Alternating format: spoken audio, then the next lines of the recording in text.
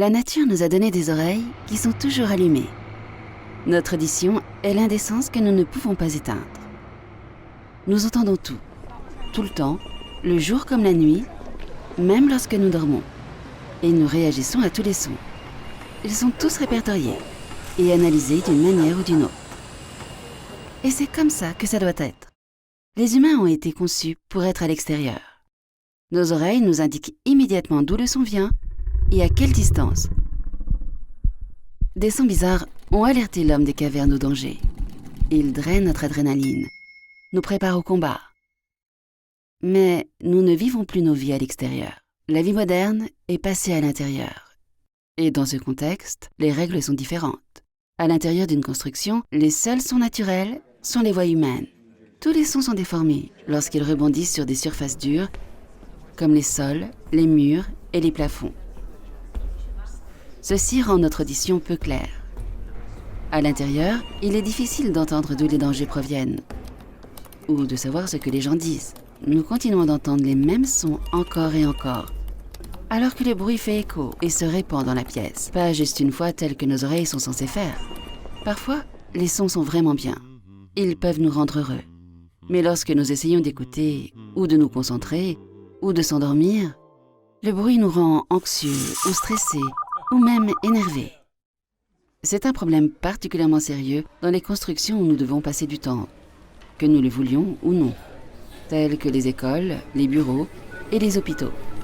Alors que ces constructions auraient dû être conçues pour nous aider à travailler plus, à travailler mieux et à guérir des maladies, elles sont souvent tellement bruyantes qu'elles ne sont vraiment pas adaptées pour notre bonne utilisation.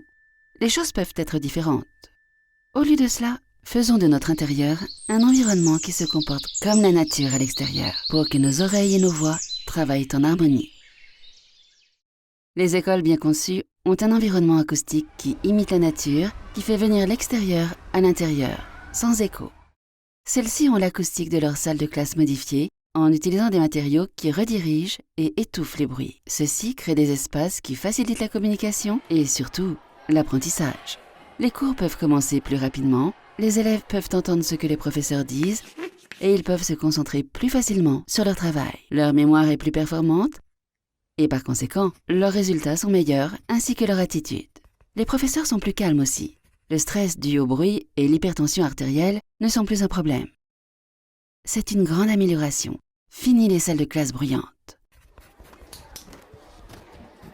Si l'acoustique est médiocre, les élèves assis au 4e rang vont rater jusqu'à 50% de ce que leur professeur dit.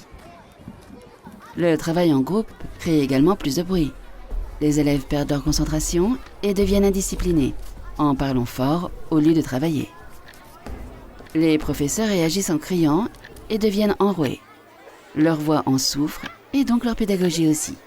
Clairement, les écoles qui investissent dans une bonne acoustique vont garantir l'égalité des chances pour tous en créant des groupes d'apprentissage qui facilitent la discussion engagée et la résolution de problèmes. Une telle approche positive et inclusive à l'éducation est moins autoritaire et répétitive. Elle inspire les élèves, encourage les professeurs et en fin de compte, la société prospère. Tout le monde a le droit de bien entendre et de bien sentir aussi. En changeant de construction et en s'assurant qu'ils entendent, cela soutiendra tout le monde, pas juste ceux qui entendent mal ou ceux qui communiquent dans une deuxième langue. Une bonne acoustique rend les gens plus heureux et plus sains.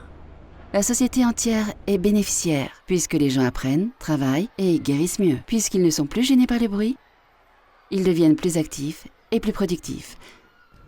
Résultat, les entreprises y gagnent et l'économie grandit. Et lorsque les personnes et les entreprises produisent plus avec moins d'efforts, elles contribuent à créer un monde durable.